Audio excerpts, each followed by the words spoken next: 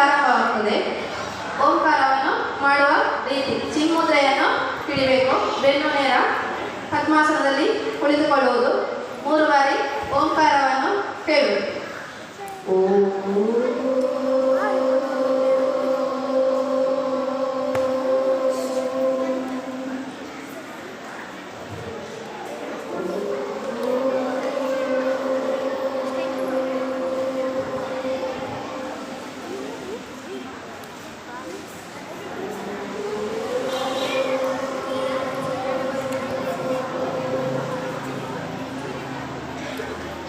ನಿಧಾನವಾಗಿ 2 ಕೈಗಳನ್ನು ಜೋಡಿಸಿದ ಕೈಯನ್ನು ನಿಧಾನವಾಗಿ ಉಜ್ಜಿ 2 ಕಣ್ಣುಗಳ ಮೇಲೆ ಇಟ್ಟು ನಿಧಾನವಾಗಿ ಕೆನ್ನೆ ಸವರುತ್ತಾ ಕೆನ್ನೆಯನ್ನು ಬಿಡುವುದು.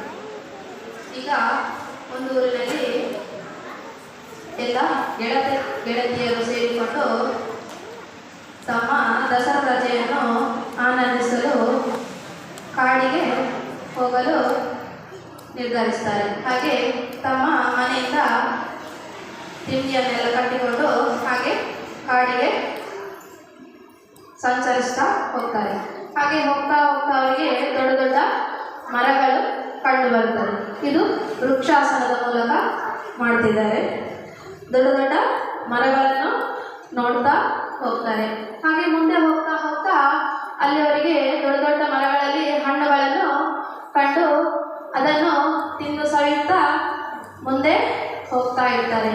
ಹಾಗೆ ಹೋಗ್ತಾ ಹೋಗ್ತಾ ಕಾಡಿನ ಮಧ್ಯದಲ್ಲಿ ಋಷಿಗಳು ಧ್ಯಾನದಲ್ಲಿ ಕುಳಿತುಕೊಂಡಿರುತ್ತಾರೆ.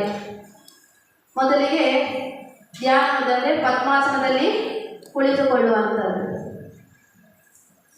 ಅನಂತರ ಇನ್ನೂ ಸ್ವಲ್ಪ ಜೋರಾಗಿ ಧ್ಯಾನ ಮಾಡುವಂಥದ್ದು, ಅದು ಬದ್ಧ ಪದ್ಮಾಸನದ ಮೂಲಕ ಮಾಡುವಂಥದ್ದು. ಹಾಗೆ ಉತ್ತಿತ್ತಿ ಆಸನ ಅಂದರೆ ಘೋರ ತಪಸ್ಸಿಗಾಗಿ ಅವರು ಉತ್ತಿತ್ತಿ ಆಸನವನ್ನು ಮಾಡ್ತಾ ಇರ್ತಾರೆ. ಹಾಗೆ ಮಾಡ್ತಾ ಇರುವಾಗ ಅಲ್ಲಿ ಒಂದು ಹಾವು ಬಂದಿರ್ತದೆ. ಶಲಭಾಸನದ ಮೂಲಕ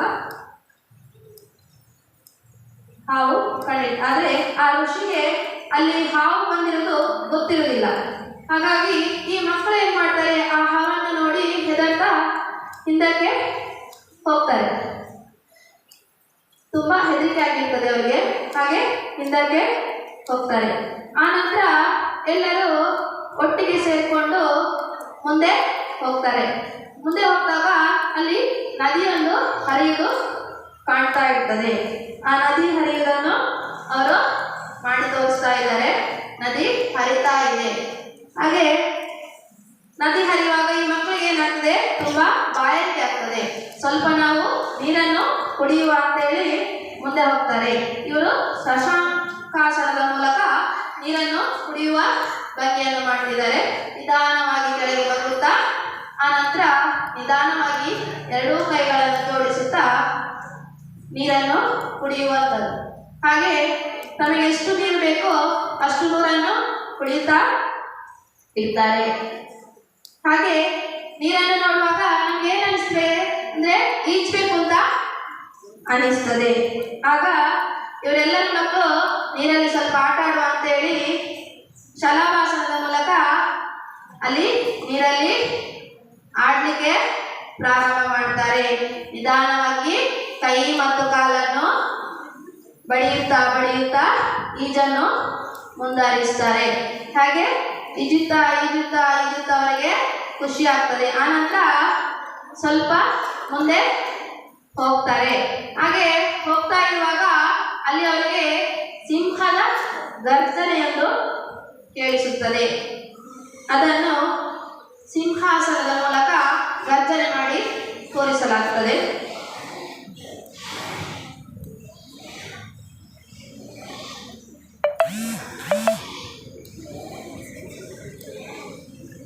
ಹಾಗೆ ಆ ಸಿಂಹದ ಗರ್ಜನೆಯನ್ನು ಕೇಳುತ್ತಾ ಆ ಮಕ್ಕಳಿಗೆ ತುಂಬಾ ಹೆದರಿಕೆ ಆಗಿರ್ತದೆ.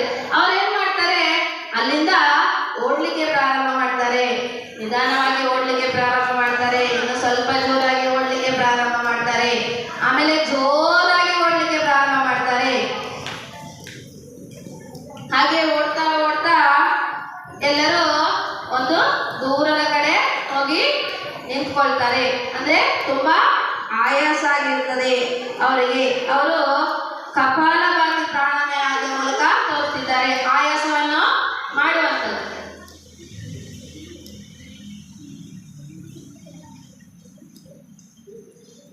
ಹಾಗೆ ತಮ್ಮ ದಣಿವನ್ನು ನಿವಾರಿಸುತ್ತಾ ಎಲ್ಲರೂ ಅಲ್ಲೇ ಸುಖಾಸನದಲ್ಲಿ ಕುಳಿತುಕೊಂಡು ತಾವು ತನ್ನಂತ ತಿಂಡಿಯನ್ನು ಎಲ್ಲರೂ ತಮ್ಮ ಮುಂದಿಟ್ಟು ಕೈಯನ್ನು ತೊಳೆದು ಮುಂದಿಟ್ಟು ಅದರಲ್ಲಿ ಸ್ವಲ್ಪ ಪಾಲನ್ನು ಪ್ರಾಣಿ ಮತ್ತು ಪಕ್ಷಿಗಳಿಗೆ ತುತ್ತನ್ನಿಟ್ಟು ಆನಂತರ ಎಲ್ಲರೂ ಒಟ್ಟುಗೂಡಿ ಪ್ರಾರ್ಥನೆಯೊಂದಿಗೆ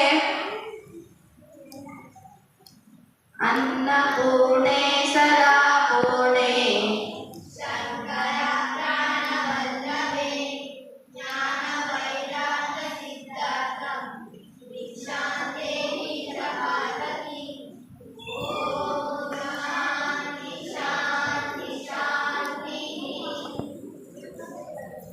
ಅನಂತರ ತಾವು ತಂದಿದ್ದ ತಿಂಡಿಯನ್ನು ಒಬ್ಬರಿಗೊಬ್ಬರು ಹಂಚಿಕೊಂಡು ತಿನ್ನುತ್ತಾ ತುಂಬ ಸಂತೋಷದಿಂದ ತಾವು ತಂದಿದ್ದ ತಿಂಡಿಯನ್ನು ಎಲ್ಲರೂ ತಿಂದು ಮುಗಿಸುತ್ತಾ ಕೈಯನ್ನು